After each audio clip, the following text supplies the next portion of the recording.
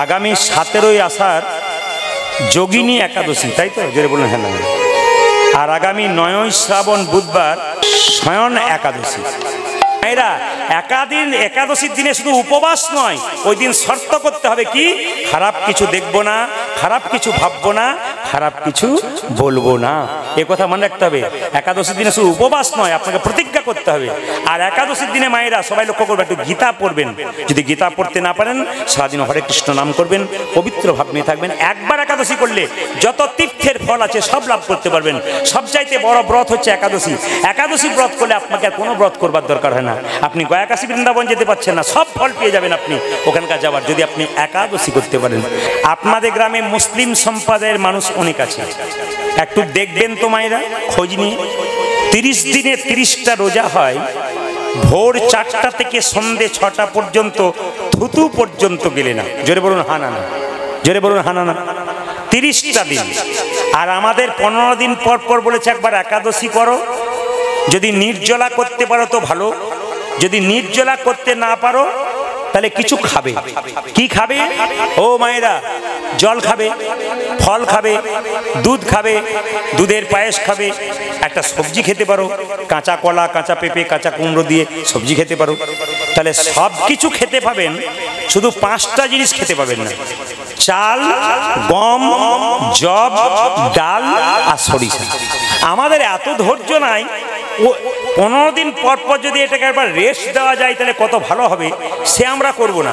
প্রতিদিন গন্ডে পিণ্ডে আর বলার দরকার নেই, মানে খেয়ে যাবো, কোনো অসুবিধা নেই।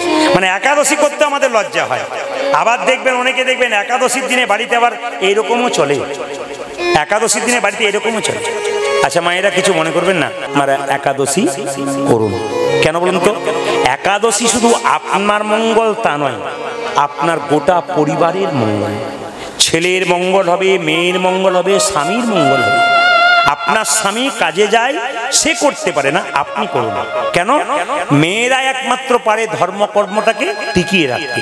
পুরুষ মানুষ তো বিভিন্ন জায়গায় পরিশ্রমের জন্য যেতে হয় টাকা রোজগার করতে, কিন্তু তাদের সময় নাও থাকতে পারে। আমার মায়েদেরকে কিন্তু করতে হবে, কারণ আপনার লক্ষ্মী স্বরূপিণী, আপনাদের করতেই হবে।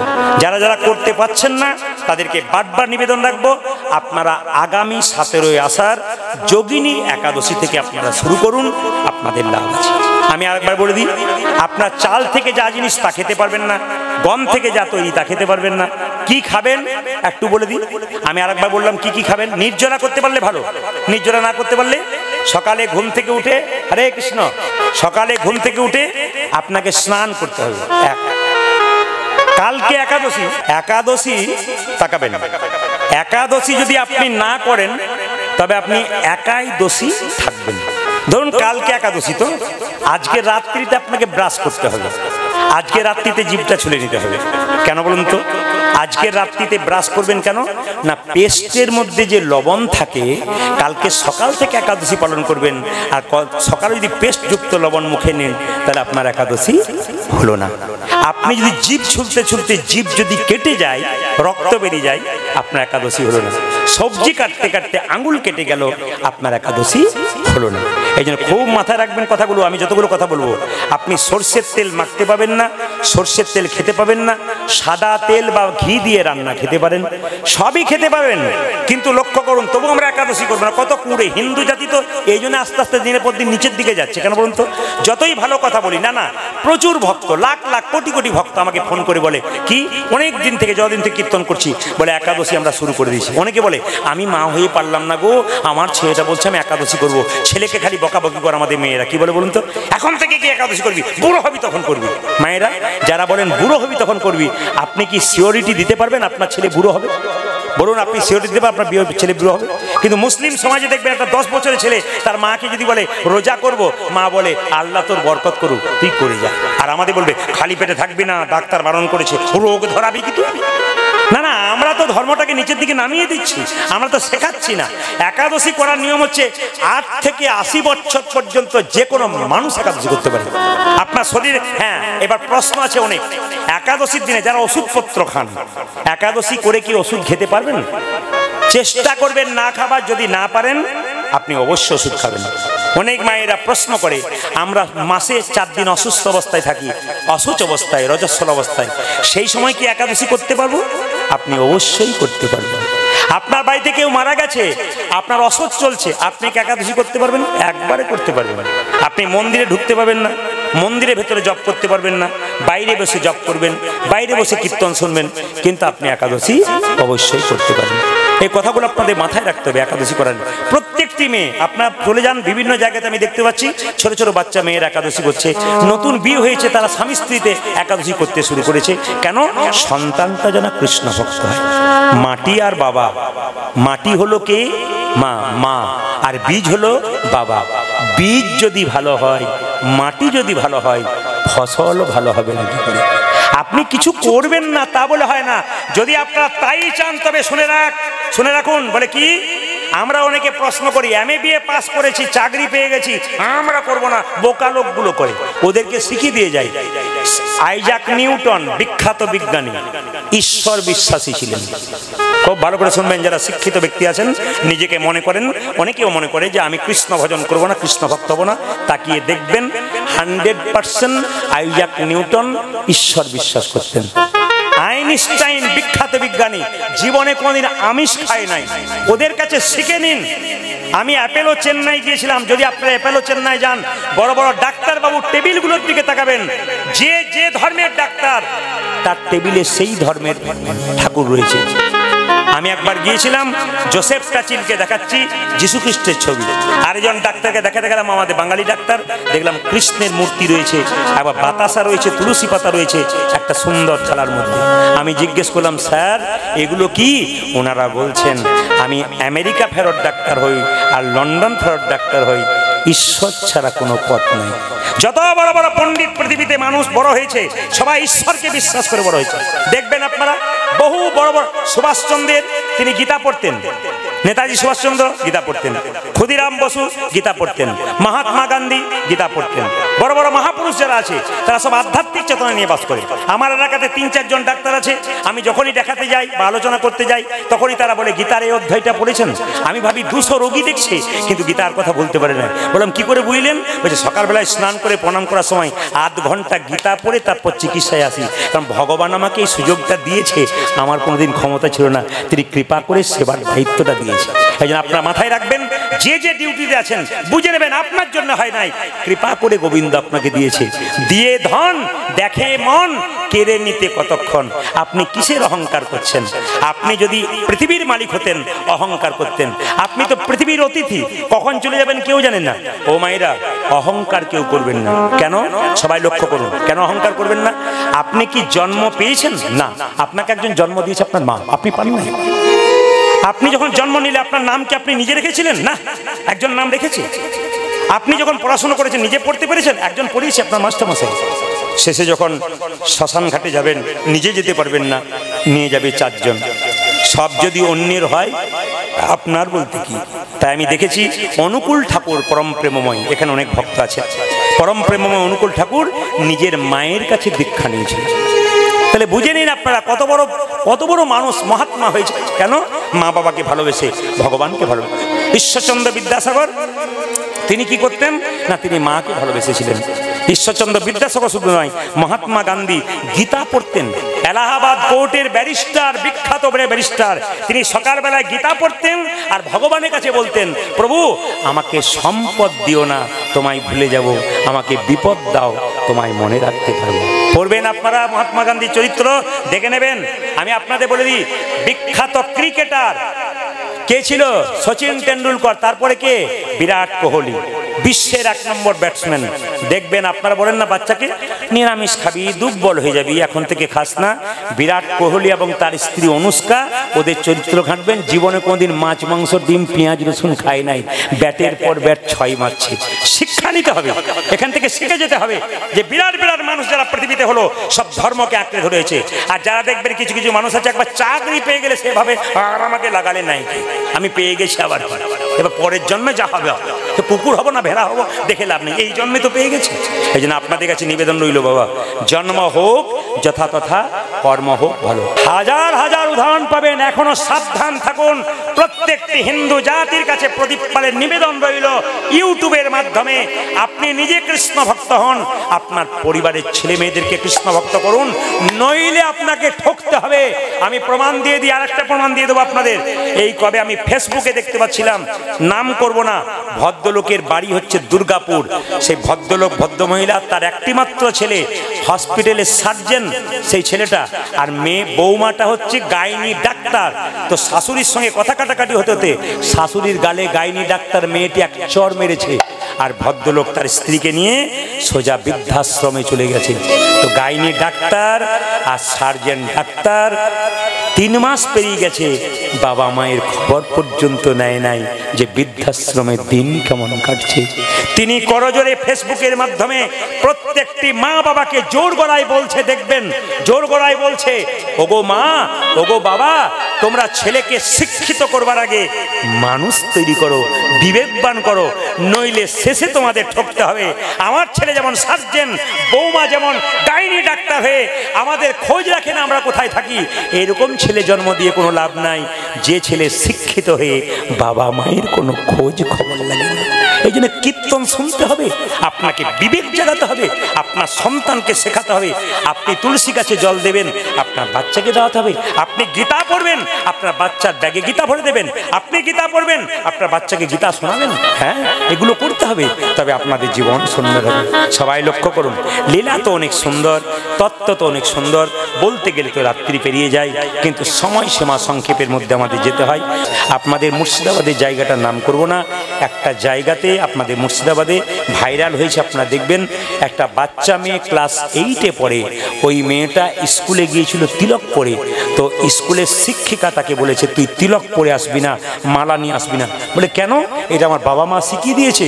ও তখন বলেছিল, তুই তিলক নিলে আর মালা নিলে আমার চোখে লাগে, ওগুলো তুই করবি না। আপনার সবচাইতে লজ্জার ব্যাপার, এরা শিক্ষিত হলো কি করে? এরা স্কুলে পড়াই কি করে? এরা যে বাচ্চাটা জন্ম দিল, এই বাচ্চা তো দূষিত বাচ্চা জন্ম নেবে বাবা, এই বাচ্চা তো সংসারকে নষ্ট করে দেবে। আপনি এমন বাচ্চা জন্ম দিন যেন কৃষ্ণ ভক্ত হতে পারে। আমি আপনাদের বলে দিই মায়েরা, খুব মন দিয়ে শুনুন। ঝর্ণা ঘোষ মহাশয়া চলে গেছেন, তার ছেলেদের কাছে নিবেদন রইল। মেয়ে আছে নাকি? আছে, একটা মেয়ে আছে, বেশ। মেয়ের কাছেও নিবেদন রইল, আপনাদের কাছে নিবেদন রইল, যে যেখানে বসে আছে। কৃষ্ণকে পুজো করবেন কি না করবেন ওটা আপনার ব্যাপার। মা দুর্গার মন্দিরে গিয়ে পুজো করবেন কি না করবেন আপনার ব্যাপার। শিব মন্দিরে গিয়ে শিবলিঙ্গে জল ঢালবেন কি না ঢালবেন আপনার ব্যাপার। কিন্তু বাড়িতে দুটো দেবদেবী যারা আছে, এদের পুজো আপনারা আগে করুন। হরে কৃষ্ণ। শব্দ নয়, বাড়িতে যে দেবদেবী দুটো রয়েছে তাদের পুজো আপনারা আগে করুন। এতে কোনো ফুল লাগবে না, কোনো ফল লাগবে না, শুধু ভক্তি আর ভালোবাসা লাগবে। এই যে বৃদ্ধ বাবা মারা রয়েছেন, অনেক বাবা কীর্তন শুনছেন, অনেক বাবা এখানে বসে আছেন, অনেক বয়স্ক মা এখানে বসে আছেন, তাদের চরণে আমার কোটি কোটি দণ্ডবত প্রণাম। শুধু তাদের জন্য আমি বলে গেলাম, বাড়ির বয়স্কদের যদি সম্মান না দিতে পারেন, আর আপনি হাজার কীর্তন শুনুন আর হাত তুলুন আর উলুধ্বনি দেন, আপনার জীবনে কোনো লাভ হবে না। শুনে নিন মায়ের, মায়ের মতো আপন কেউ হয় না, মায়ের মতো আপন কেউ হয়, যার ঘরে মা নাই তারে আপন বলতে আর কেউ না। হরে কৃষ্ণ। ইনি যতদিন ছিলেন, জীবিত ছিলেন, ততদিন মনে হচ্ছিল বাড়িতে একজন ছিলেন। ইনি চলে গেলেন, ইনার কাজকর্ম পেরিয়ে যাবে, তারপর যারা ইনাকে নিয়েছিলেন তারা বুঝতে পারবেন কতটা ফাঁকা হয়ে গেলেন। ইনারা যারা সেবা যত্ন করেছেন নিজের হাতে, ইনার আশীর্বাদ কিন্তু আপনাদের মাথাতে রইল। আপনারা বুঝতে পারবেন ইনি চলে গেলেন কতটা জায়গা জুড়ে রইলেন। তবে যে বাবা বেঁচে আছেন, ওনার স্বামী মানে আপনাদের বাবা, তাকে আপনারা যত্ন করুন, সেবা করুন। বাবা হলো বাড়ির ছাদ আর মা হলো খুঁটি। ছাদ আর খুঁটি যদি চলে যায় বাবা, সংসারে কোনো দাম থাকে না।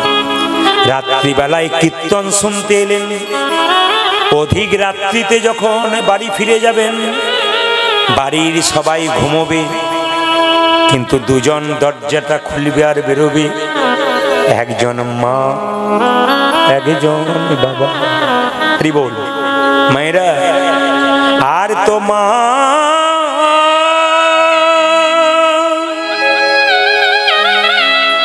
আর তো ঘরে ছেলেরা মা মা বলে ঢুকতে পারবে না। ছবি টাঙানো থাকবে দেওয়ালে, শুধু বাজাবার সময় প্রণাম করে বেরোবি, আসবার সময় প্রণাম। কিসে চিৎকার করো? মায়ের মতো আপন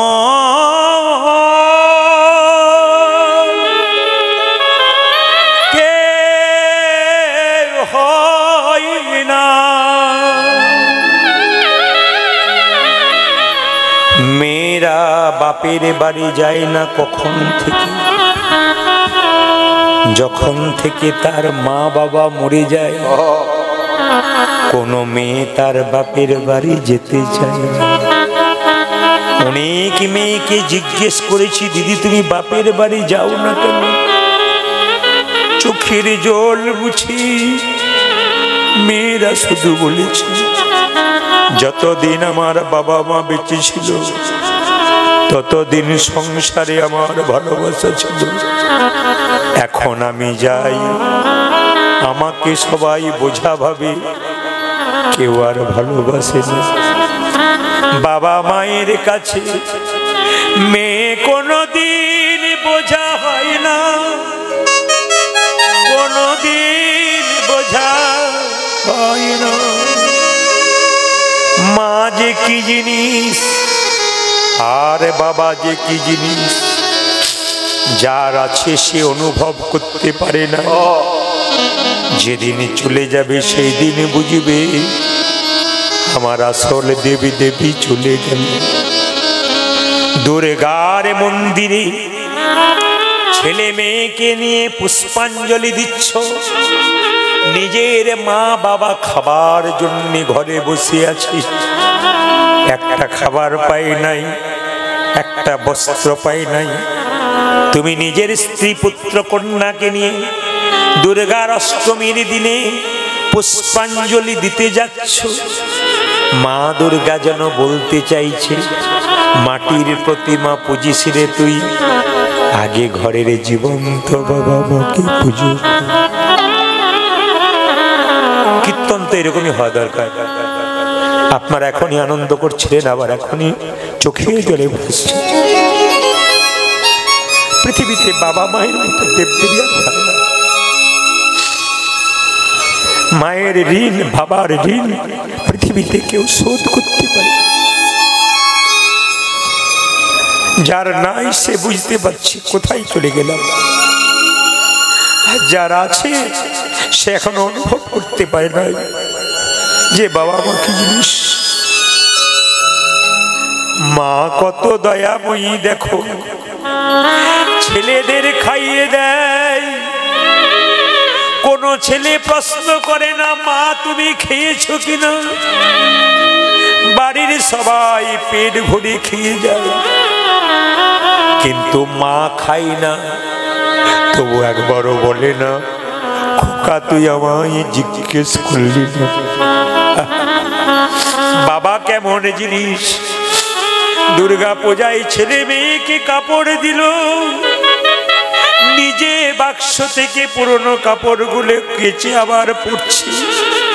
খোকা জিজ্ঞেস করছে বাবা তুমি কি কাপড় নেবে না?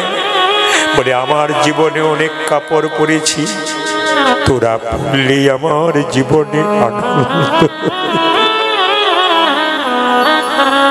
পৃথিবীতে বাবারা এরকম ব্যাংকের মতো। কোনো মেয়ে যদি বাবার কাছে কিছু চায়, সেই মেয়েকে, সেই বাবা যদি তার মেয়েকে দিতে না পারে, সেই বাবার সেদিন খাওয়াটা মনে হয় বিষ খেয়ে নিল। এখানে যারা বাবা হয়েছেন আমার কথাগুলো অনুভব করবেন। আপনার মেয়ে যদি কোনোদিন কোনো কিছু আনতে বলে, আপনি যদি আনতে না পারেন, তাহলে বুঝবেন সেদিন আমি বিষ খেলাম। যতক্ষণ না আনবো ততক্ষণ পর্যন্ত মেয়ের মনোবাসনা পূর্ণ হবে। এরই নাম বাবা, এরই নাম মা। তুমি যখন গর্ভে ছিলে কত দেবী দেবীর মন্দিরে তোমার মা মানত করেছিল তোমাকে পাবে বলে। মায়েরা, সবচাইতে দুঃখের ব্যাপার, একটা মায়ের পেটে একটা বাচ্চার 10 মাস 10 দিন জায়গা হয়।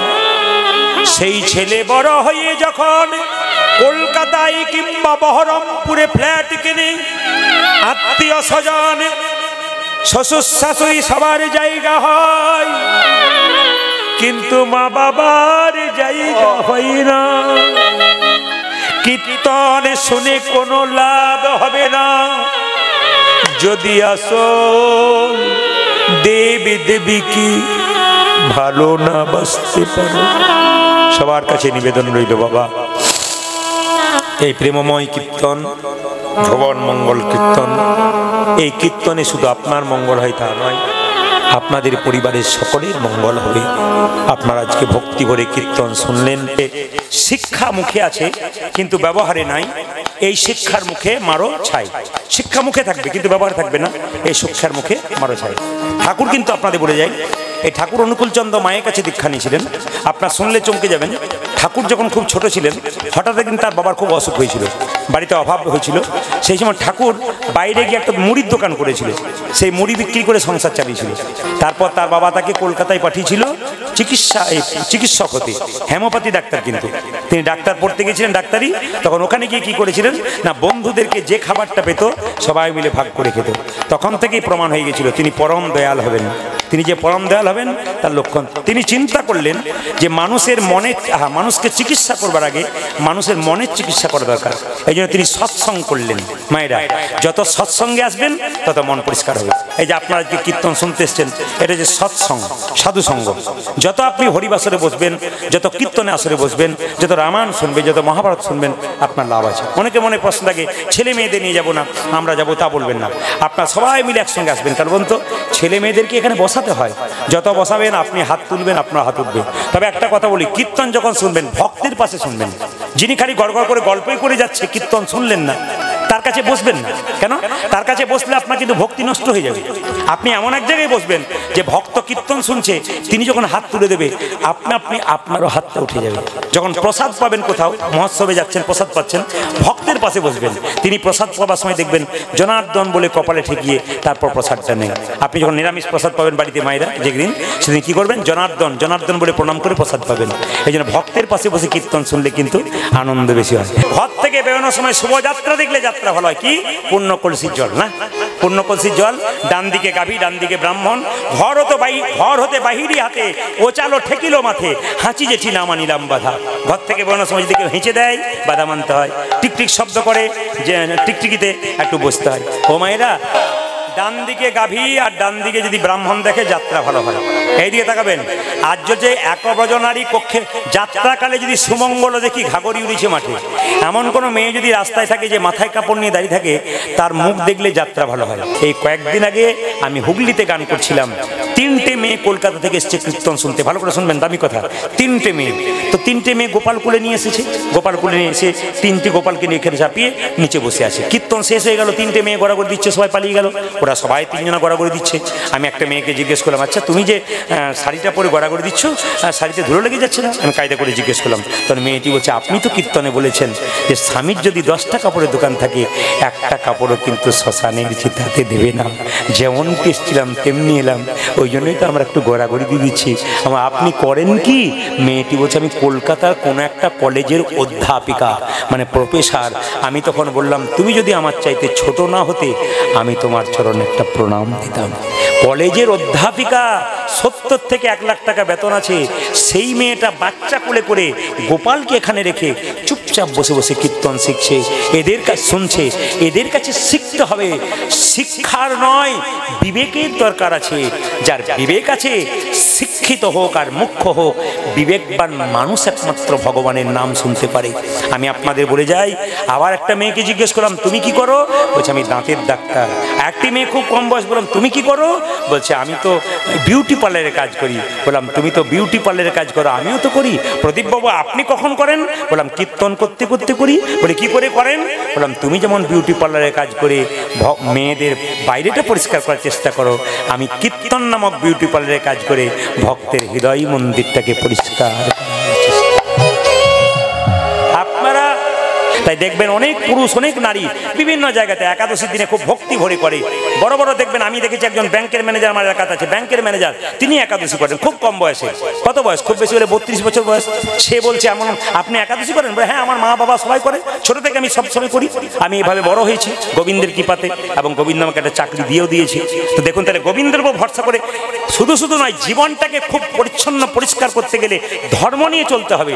আর যদি আপনি নোংরা খাবার খাবেন, নোংরা কর্ম করবেন, আপনার জীবন ওরকম নোংরাই হয়ে যাবে। বলুন একাদশী মহাতিথি কি? একাদশী ব্রত কি? একাদশী মহারানী কি? একাদশী ব্রত কি? মায়েরা, তো ঝাড়খণ্ডে সন্ধ্যে 7টা থেকে বিকেল 4টা থেকে 7টা রামায়ণ হয়, আর 7টা থেকে 10টা কীর্তন হয়। এখন লক্ষ্য করুন, রামায়ণ গান হবে, তারপরে কীর্তন হবে 4টা থেকে 7টা, 7টা থেকে 10টা। আপনার একটু উত্তর দিন তো, এই বাড়িতে যদি 4টা থেকে 7টা রামায়ণ হতো আর 7টার পরে কীর্তন হতো, তাহলে বলুন তো 4টা থেকে 7টা কারা আসতো, 7টা থেকে 10টা কারা আসতো?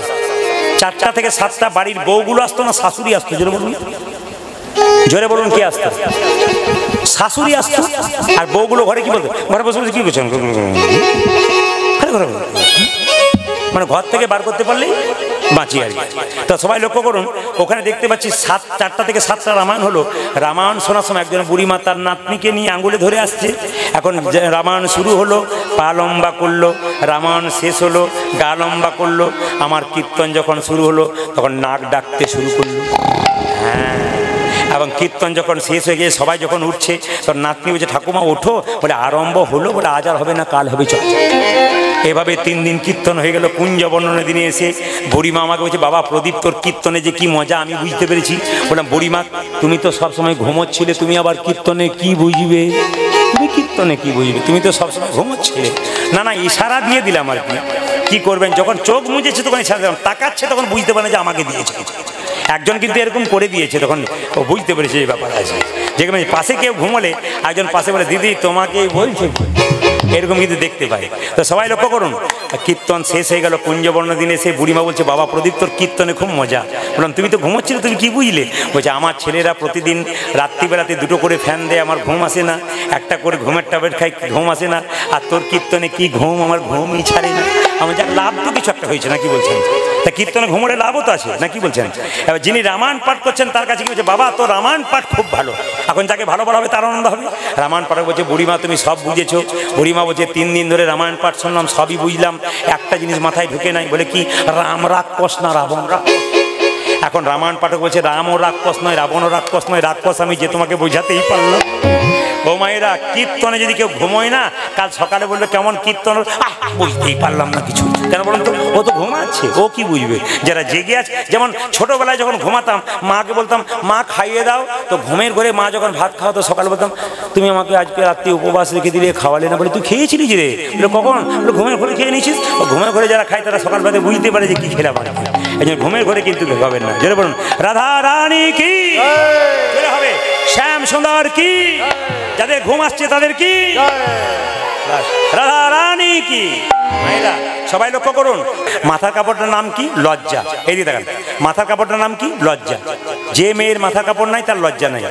ও মায়েরা, আমার মায়ের মা বেঁচে ছিল 95 বছর বয়স, মাথার কাপড় এখানে। আমার মা বেঁচে ছিল 80 বছর বয়স, মাথার কাপড় এখানে। আমার কাকিমা বেঁচে আছে 65, মাথার কাপড় খোপা মানে বাম্পার পর্যন্ত এলো। এখন যারা বাড়িতে এসছে বাম্পার টাম্পার নিয়ে হাইওয়ে রোড হয়ে গেছে। আবার দেখবেন, এখন দেখবেন আগে ভাসুর দেখলে মেয়েরা পর্দা নিত না, জোরে বলুন। এখন পর্দা নেই। যেদিন থেকে ভাসুর হলো বর্দা, সেদিন থেকে সরে গেল পর্দা। বর্দা যেদিন থেকে হলো সেদিন থেকে পর্দা সরে গেল। আর পর্দা নাই, বয়স্ক বাবার আর পর্দা দেখতে পায় না। কেন বলুন তো? অভ্যাস হয়ে গেল আপনাদের, আর দেখার দরকার নেই। সবাই লক্ষ্য করুন মায়েরা, বিন্দেদি গোবিন্দকে আনতে যাচ্ছে, আর যেই না আনতে যাচ্ছে মথুরাতে প্রবেশ করেছে, একটা মেয়েকে দেখে বলছে সই সই সই কই কই কই, সই সই সই কই কই কই, সই সই কই কই, সই সই কই কই, সই সই সই কই কই কই, সই সই সই কই কই কই, সই সই কই কই, সই সই কই কই। বিন্দেদুতি গোবিন্দকে আনতে যাবে, আপনারা কীর্তন চলাকালীন কেউ পয়সা দিতে আসবেন না। মনসংযোগ করে কীর্তন শ্রবণ করুন। আমি আপনাদের বলতে চাই মায়েরা, আপনারা বলুন, একজন উত্তর দেবেন বা দুজন উত্তর দেবেন, দেখি খুব মন দিয়ে শুনবেন। তারপর ভগবান যদি এসে আপনাকে এখানে বলে তুই 100 বিঘা সম্পত্তি নিয়ে 100 বছর বাঁচতে চাস না আমাকে চাস, আপনারা কোনটা চাইবেন? 100 বিঘা সম্পত্তি না, সত্যি কথাটা বললে আমি খুশি হব। ভগবান যদি এসে বলে তুই 100 বিঘা সম্পত্তি নিয়ে 100 বছর বেঁচে থাকতে চাস না আমাকে চাস, আপনার কোনটা চাইবেন? এখানে বলবেন যে কৃষ্ণকে চাই, কিন্তু আড়ালে যদি কৃষ্ণ বলে তুই আমাকে চাস না 100, হ্যাঁ না তোমাকে চাই না, আমার পয়সাই চাই না, কি বলছে? হ্যাঁ, এই যে সত্যটা স্বীকার করে অন্য জায়গাতে সব বলে না আমি কৃষ্ণকে চাই, একবার অন্ধকার রাস্তায় বলুক, দেখুন কি করে আপনারা সব জায়গাতে চাই। মায়েরা যে যেখানে বসে আছেন আপনার মন দিয়ে শুনবেন। ভগবান শ্রীকৃষ্ণ রাধারানী বিন্দেবতী কৃষ্ণকে আনতে যাচ্ছে, আর যেই না কৃষ্ণকে আনতে যাচ্ছে সঙ্গে সঙ্গে মথুরার মেয়েরা বলল কৃষ্ণ কোথায় আছে? সপ্তম দ্বার পারে আছে। তো যদি রাধা নাম করতে পারো কৃষ্ণ নেমে আসতে পারে। মায়েরা আগেই বলেছি যদি কেউ রাধা নাম করতে পারে তাহলে কৃষ্ণকে কিনে নিতে পারে। বিন্দেবতী রাধা নাম করছে, কৃষ্ণ সপ্তম দ্বার পারে আছে। বৃন্দাবন বিলাসী কৃষ্ণ এবার নেমে আসবে সপ্তম দ্বার থেকে। কোথায়? বিন্দেবতীর কাছে যাবে। কেন না? রাধার কাছে যাবে বলে। সবাই মিলে একটু হলুদ ধরে দেবে রাধা নামে। বৃন্দাবন বিলাসী রাধে জয় রাধে রমণী মুকুটমণি রাধে জয় রাধে। ধৈর্য যার ভগবান তার, ধৈর্য যার নাই ভগবান তার নাই। আপনি বাচ্চাকে বলবেন ধৈর্য ধরে পড়তে পারিস না, মা তোমারই ধৈর্য নাই, এবার আমাকে ধৈর্য কি শেখাচ্ছে? ওই জন্য মায়েদের ধৈর্য প্রথম থাকতে হবে। দেখবেন পঞ্চপাণ্ডবের দাদা যুধিষ্ঠির, তিনি ছিলেন ধৈর্যবান স্থির ব্যক্তি, ভগবানকে পেলেন। আর দুর্যোধন বড় চঞ্চল ছিলেন, উনি ভগবানকে হারালেন। এই সংসারে যারা খুব চঞ্চল ব্যক্তি তারা ভগবান হারায়, তাদের জীবনে কোনো কাজ হয় না, উন্নতি। কিন্তু দেখবেন যারা স্থির ব্যক্তি, খুব ঠান্ডা মাথার মানুষ, তাদের জীবনে আনন্দ হয়। এই জন্য ছেলেকে স্থির করুন, আপনি স্থির থাকুন, দেখবেন আপনার জীবন সুন্দর। সবাই লক্ষ্য করুন মায়েরা, ভগবান শ্রীকৃষ্ণ যেই না শুনেছে রাধা নাম, আপনি চিৎকার করে বলে এ ডাক তো মথুরার ডাক নয়, এ ডাক তো দ্বারকার ডাক নয়, এ ডাকে মধুর বৃন্দাবনের ডাক বটে রে, এ ডাক তো মধুর বৃন্দাবনের ডাক বটে রে। কে আমায় এমন করে রাধা নামে শোনালি, কে আমায় এমন করে রাধা নামে শোনালি, নামে আমাকে তোরা বিনা মূল্যে কিনে নিলি, বিনা মূল্যে কিনে নিলি। মায়েরা এই দিকে তাকাবেন, এই দিকে তাকাবেন। তাকানোর সময় আপনাদের অনেক আছে, কীর্তনের দিকে তাকিয়ে নিন, সময় বেশি দেবো না। তাকাবেন, ভগবান শ্রীকৃষ্ণ নেমে এলো, বিন্দেবতীকে জিজ্ঞেস করছে কে তুমি? আমি তোমার কাছে বিচার চাইতে এসেছি। কি বিচার? এক শ্যাম শোক পাখি সুন্দর নিরখি ধরিনু নয়ন এক শ্যাম শোক পাখি সুন্দর নিরখি ধরিল নয়ন ফাঁদে। এক শ্যাম শোক পাখি সুন্দর নিরখি ধরিনু নয়ন ফাঁদে। এক শ্যাম শোক পাখি সুন্দর নিরখি ধরিল নয়ন ফাঁদে। পাখি শিকল কাটিয়া আইল উড়িয়া, পাখি শিকল কাটিয়া আইল উড়িয়া, পাখি শিকল কাটিয়া আইল উড়িয়া, শীতল কাটিয়া আইল উড়িয়া। কবে যা রেখেছে বেঁধে, ওগো কবে যা রেখেছে ধরে গো, আরে কবিতা রেখেছে বেঁধে গো, ওগো কবে যা রেখেছে ধরে গো, আরে কবিতা রেখেছে বেঁধে গো, আরে কবে যা রেখেছে ধরে। পাখি পাবো কিনা হে, পাখি পাবো কে নাকি, কিনা পাখি হে, পাবো কিনা গে, বিচার করে বলে দাও পাবো কিনা হে, মহারাজ বিচার করে মনে দাও পাবো কে নাকি, বিচার করে বলে দাও পাবো কিনা হে। আরে বিচার করে বলে দাও পাবো কিনা গে। আরে কবে যা রেখেছে ধরে। কৃষ্ণ বলছে দাঁড়াও, বিচার করবার আগে বলি, তুমি যে পাখিটা ধরেছিলে, পাখিটা যে তুমি পাখি যে হারিয়েছে তোমার, তা পাখি কোথায় ছিল? আর ফান দিয়ে ধরা পড়েছে বলে হ্যাঁ ফান ছিল। পাখি ছিল কদম্ব ডালে, পাখি ছিল কদম ডালে পাখি ছিল কদম্ব ডালে। আজ পাখি ছিল কদম্ব ডালে। কিছু মনে করবেন না, ভক্ত চালাক না ভগবান চালাক, জোরে বলুন। যেজন কৃষ্ণ ভজে সে বড়, যে ঘুমাচ্ছে সে বলুন, যেজন কৃষ্ণ ভজে সে বড়। দাঁড়ান, আচ্ছা তার ফাঁকে একটা কথা বলি। কীর্তন আপনার শুনছেন খুব মন দিয়ে, কিন্তু দু চারজনকে দেখতে পাচ্ছি খালি এদিক ওদিক তাকাচ্ছে, মানে কীর্তনের দিকে তাকাচ্ছে না। আমাকে একজন প্রশ্ন করেছিল যে কীর্তন তো আপনি করছেন, তা একটি মেয়ে প্রশ্ন করে রেখেছে ওখানে যে পান ঢাকা কেন দেওয়া হয় চোখে? আপনার চোখে পান ঢাকা কখন দেয়? দেন যখন পুজো করতে যান তখন? আমি ভুল বলে ফেললাম নাকি? আমি যখনই বললাম পুজো করতে যান তখন তখন দু চারজন বলছে হ্যাঁ, কি ভক্তি ভরে বলছে। আচ্ছা মায়েরা পান ঢাকা দেন কেন? ওই জন্য তো তোমাকে ডাকলাম যে পান ঢাকা দেওয়া হয় কেন। একটু বলে যাই আপনাদের, যে মেয়েটি আমাকে প্রশ্ন করেছে উত্তরে দিয়ে যাই। বলছে পানটা ঢাকা দেওয়া হয় কেন? মেয়েরা যখন বিয়েতে যায়, ছেলে যখন বিয়ে করতে যায়, তখন মেয়েকে দেখবেন পিড়িতে চাপিয়ে পান ঢাকা দেওয়া হয়, মানে পানটি সরিয়ে স্বামীর মুখ দেখানো হয়। পানটা কি? পানটা হচ্ছে যোগমায়া, মানে পানটা সরিয়ে স্বামীর মুখটা দেখলেন, মানে আমি তোমার তুমি আমার মায়ার যোগ হয়ে গেল। সেদিন থেকে কিন্তু আপনি ওনার আর উনি আপনার হয়ে গেল যখন এই পানটা ঢাকা দেখালেন। এই কথাটি এক জায়গায় বলেছি, একজন বয়স্ক কাকা বাবুর বাড়িতে বাসা, উনি বলছে বাবা প্রদীপ তুমি যে বললে পান ঢাকা দিলে মায়া হয়, আমার 3টে ছেলে 3টে বউ মায়া আয়নায় খালি ঝগড়া করে বেড়াচ্ছে।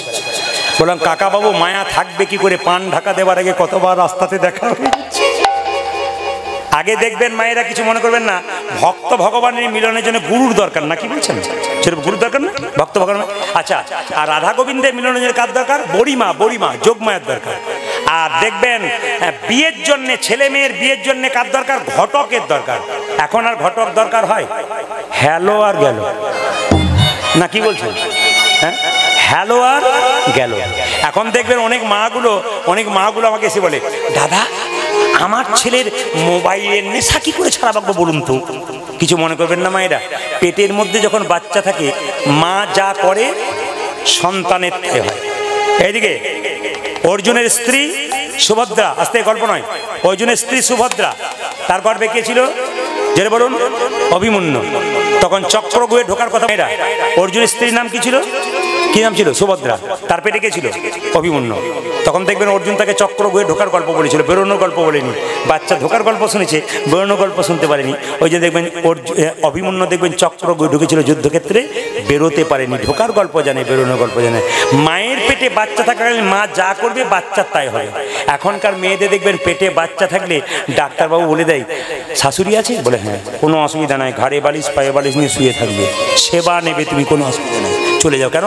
তোমার পেটের বাচ্চা যত মোটা হবে আমার লাভ আছে, সিজার করবো আমি, টাকা হবে আমার, তোমার যা হবে হবে। এই জন্য এখনকার মেয়ের, আপনাদের মুর্শিদাবাদের জন্য বলি নাই, আমাদের ওদিকের জন্য বলছি। এদিকে দেখান, এখনকার মেয়েরা দেখবেন, আপনাদেরও হয়? ও এটা নদিয়া, আচ্ছা এটা নদিয়া, আমি মুর্শিদাবাদ বলছি খালি, নদিয়া তাকান। এখন আপনার নদিয়াতে নেই, আমাদের দিকে আছে। মেয়েদের পেটে বাচ্চা থাকলে দেখবেন মেয়েরা দেখবেন স্ক্রিন টাচ মোবাইল নিয়ে খালি সময় কাটাচ্ছে। এখন বাচ্চাটা জন্ম নেবার পরে দেখবেন খালি এদিক ওদিক তাকাচ্ছে। তখন মাটা বলছে বাবা রে আমার ছেলে কি টুকটুক করে তাকাচ্ছে গো, কি যেন খুঁজে বেড়াচ্ছে, ওই স্ক্রিন টাচ মোবাইল খুঁজে বেড়াচ্ছে। কারণ আপনি না পেটের মধ্যে যা করবেন শাস্ত্র কথা দিয়েছে তাই হবে আপনার বাচ্চা। এই দিকে তাকাবেন। আবার দেখবেন অনেক মেয়েরা বলে আমার ছেলে মোবাইল ছাড়া খায় না, কি খায়? কার্টুন দেখে আর খায়।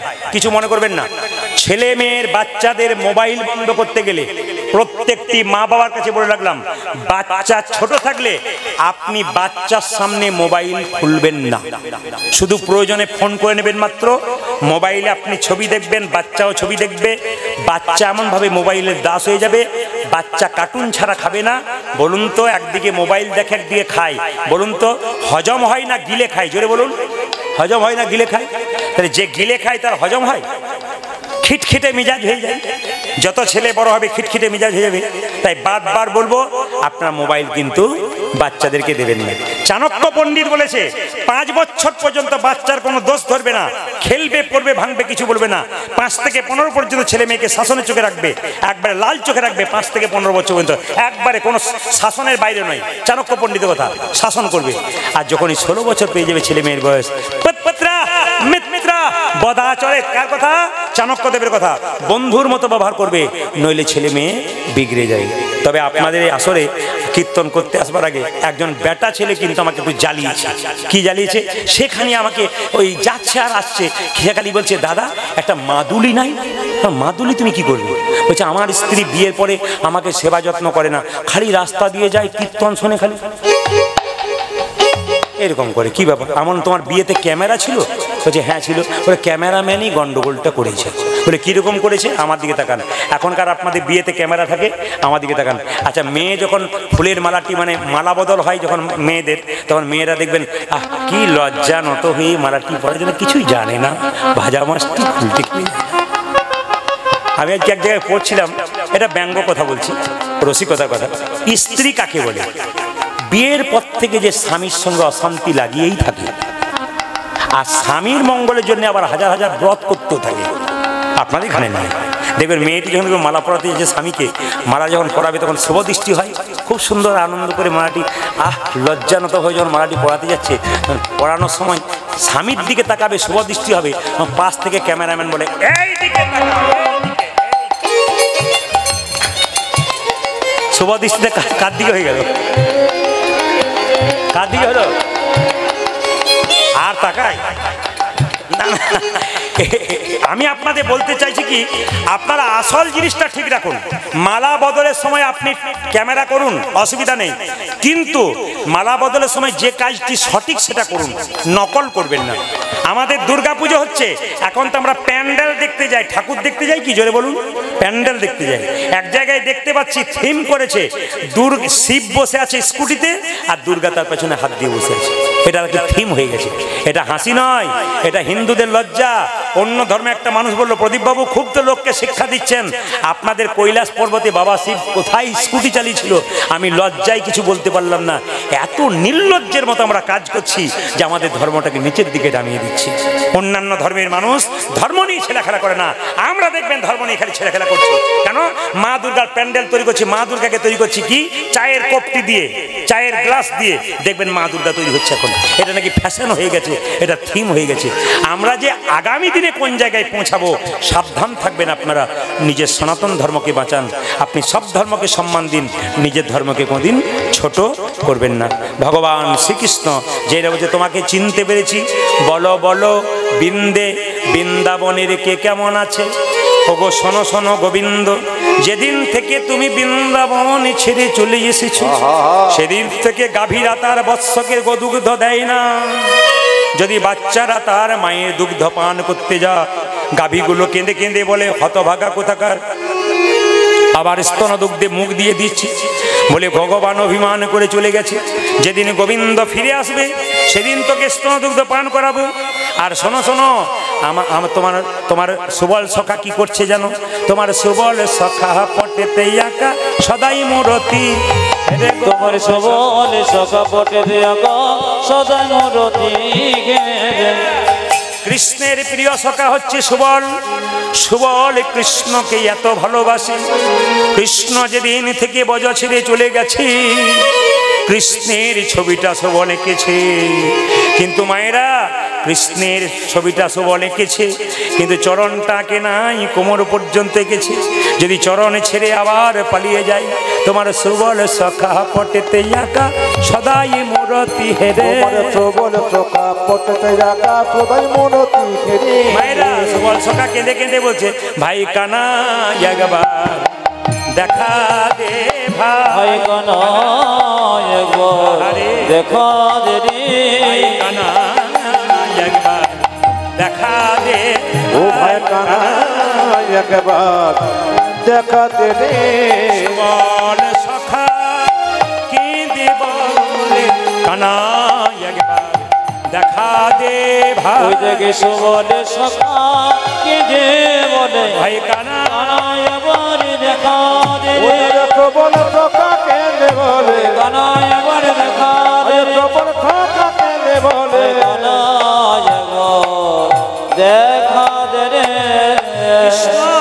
তোমার নন্দ পিতা জেলেছে চিতা প্রাণ তেজিবার, ও তোরে নন্দ পিতা জেলেছে চিতা প্রাণ তেজিবার।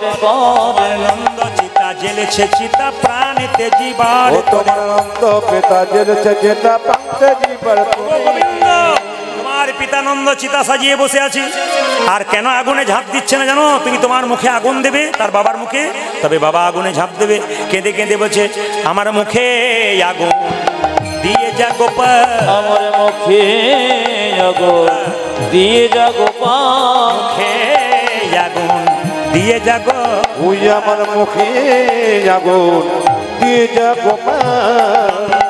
পিতা কেঁদে বলে মুখে আগুন দিয়ে যা গোপাল। আমার নন্দ পিতা যে বলে মুখে আগুন দিয়ে যা গোপাল। মা কেমন আছে? তোমার নন্দ রানী লয়ে নবনী ফিরছে দারে মা নন্দ রানী লয়ে নবনী ফিরছে দারে নন্দ দারে, রানী লয়ে নবনী ফিরছে দারে দারে। ও তোমার নন্দ রানী লয়ে নবনী ফিরছে দারে দারে। আমার মা নন্দ রানী নবনী নিয়ে নিয়ে দরজায় দরজায় ঘুরে ঘুরে বেড়াচ্ছে। পরের ছেলেকে ধরে যদি গোপাল বলে কাঁদছে, পরের মারা এসে বলছে হতভাগিনী নিজের ছেলেকে তুই দূর করে দিয়ে আবার আমাদের ছেলেগুলোকে স্পর্শ করছিস। বারবার তোমার মায়ের কোল থেকে সবাইকে কেড়ে নিয়ে চলে যাচ্ছে। তোমার মায়ের দুঃখ কেমন?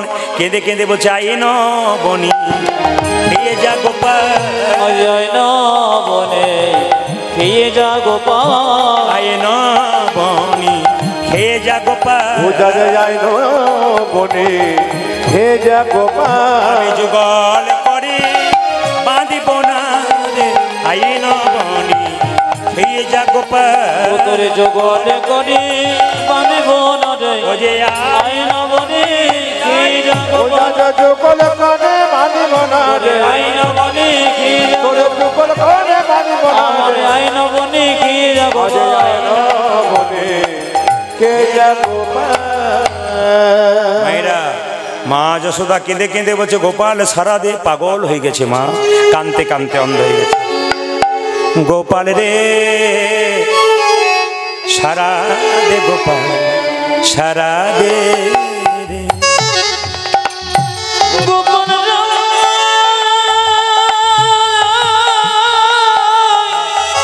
সরদে গোপাল সরদে, সারা দে গোপাল সারা দে রে। গোপাল সারা দে গোপাল সারা দে। আমায় সরদে গোপাল সরদে, অভাগিনী মাঝে তোর ফুকারি কাঁদে রে।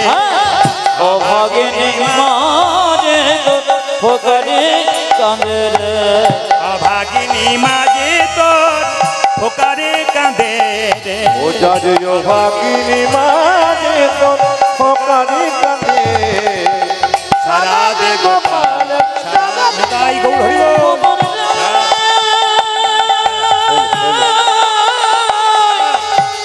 সরদে গোপাল সরদে,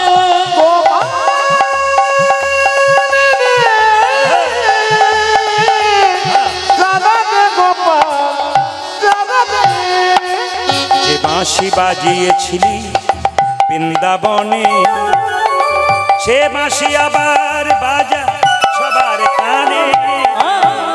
যে বসে বসিয়েছিলি বৃন্দাবনে, সে বসে আবার বাজা সবার কানে। যে বাঁশি বাজিয়েছিলি বৃন্দাবনে, সে বাঁশি আবার বাজা সবার কানে রে। যে বাতি বাজিয়েছিলি বৃন্দাবনে, সে বাতি আবার বাজা ছোঁয়ার কানে। সোনার ব্রজ ওই দেখি সোনার ব্রজ, সোনার ব্রজ আজ সোনার ব্রজ হলো রে আধার। সারা দে গোপাল সারা দে উলধ্বনি। গোপাল রে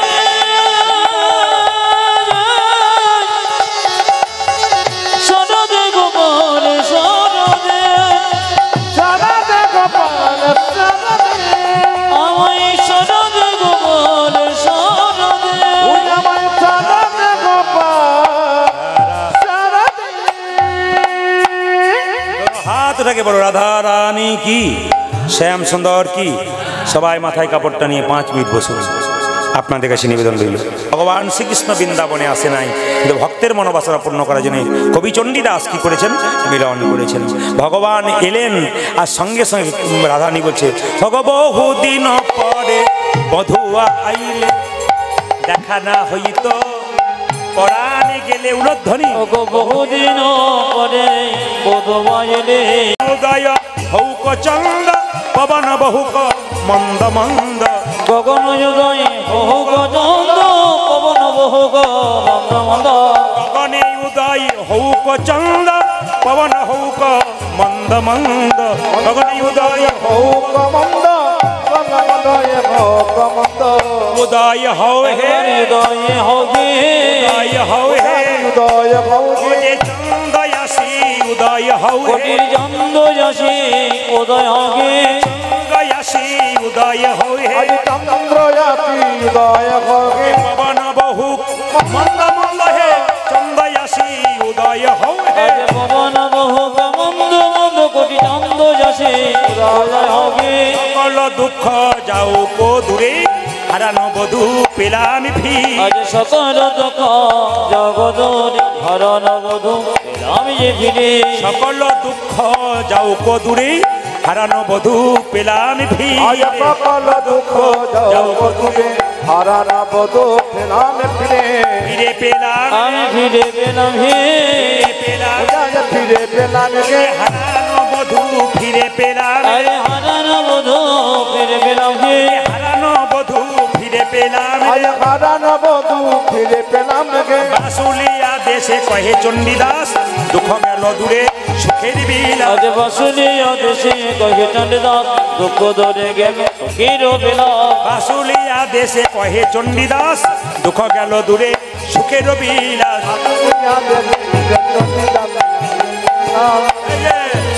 বাসুলিয়া দেশে কহে চণ্ডীদাস দুঃখ গেল দূরে সুখের বিলাস বাসুলি দেশে কহে চণ্ডীদাস দুঃখ ধরে গেলে সুখীর বিলাস দুঃখ দূরে গেল রে দুঃখ দূরে গেল রে দুঃখ দূরে গেল আজ রে দুঃখ দূরে গেল রে যে সুখের বিলাসে দুঃখ দূরে গেল রে আজ দুঃখের বিলাসে দুঃখ দূরে গেল রে যে সুখের বিলাসে হরি হরি হরি আমার সুখের বিলাসে ভগবান কৃষ্ণ। আমার নামে ফেসবুকে ইউটিউবে অনেক অনেক ফেক অ্যাকাউন্ট করে চলছে আর কি। তাই খুব তাড়াতাড়ি যারা করছে ইউটিউবের মাধ্যমে জানাতে চাই তারা তা খুব তাড়াতাড়ি বন্ধ করুন, নইলে কিন্তু উপযুক্ত ব্যবস্থা আমি নিতে বাধ্য হব। আমার কিন্তু ফেসবুকে কোনো অ্যাকাউন্ট নেই, কিন্তু কিছু কিছু ব্যক্তি দেখবেন প্রদীপ বাবু নাম দিয়ে দিয়েছে, এখানে কাজ পাওয়া যায়, এত টাকা বেতন, এইভাবেই যোগ দেবেন, এরকম করে নানা রকম ফেক কথা দেখবেন ছড়াচ্ছে। আমার কোনো অ্যাকাউন্টই নেই, আমি কিছু জানি না, অথচ চিন্তা আমার নামে ওরা ব্যবসা করে বেড়াচ্ছে, বিভিন্ন বই বিক্রি করছে প্রদীপ পালের অ্যাকাউন্ট দিয়ে আর কি, কিন্তু আমার কোনো অ্যাকাউন্টের ব্যাপার নেই, ওরা কিন্তু নতুন করে তৈরি করে ফেক করে করছে এগুলো। যদি এগুলো আপনারা কেউ পান তাহলে প্রতিবাদ করবেন।